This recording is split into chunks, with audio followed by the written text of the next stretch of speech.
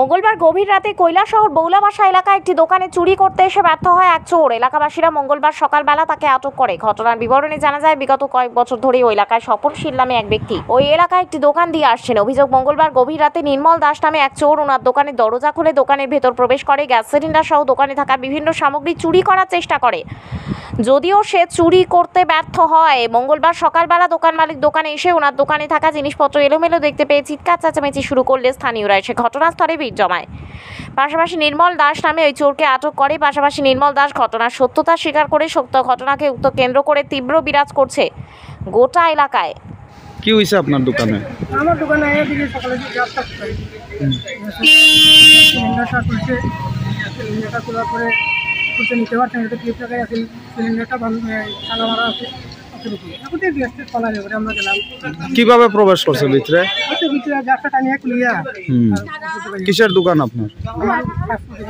আপনার নাম? তপনশীল। স্বপনশীল।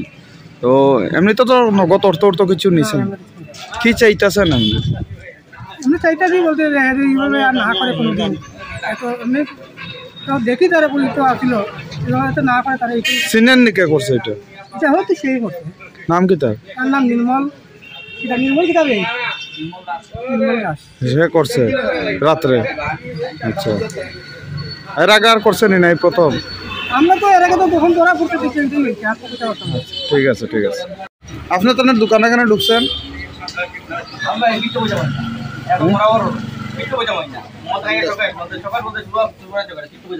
আপনার নাম কি?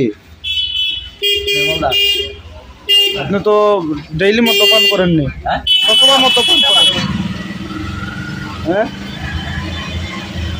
কি করেন এমনি? কি কাজ করেন?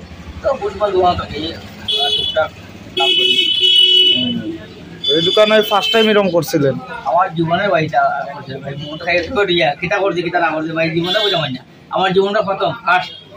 বাড়ি কই আপনার? হ্যাঁ, বাড়ি তো বড়। এটা কোন জায়গা? এটা তো বড়। হ্যাঁ।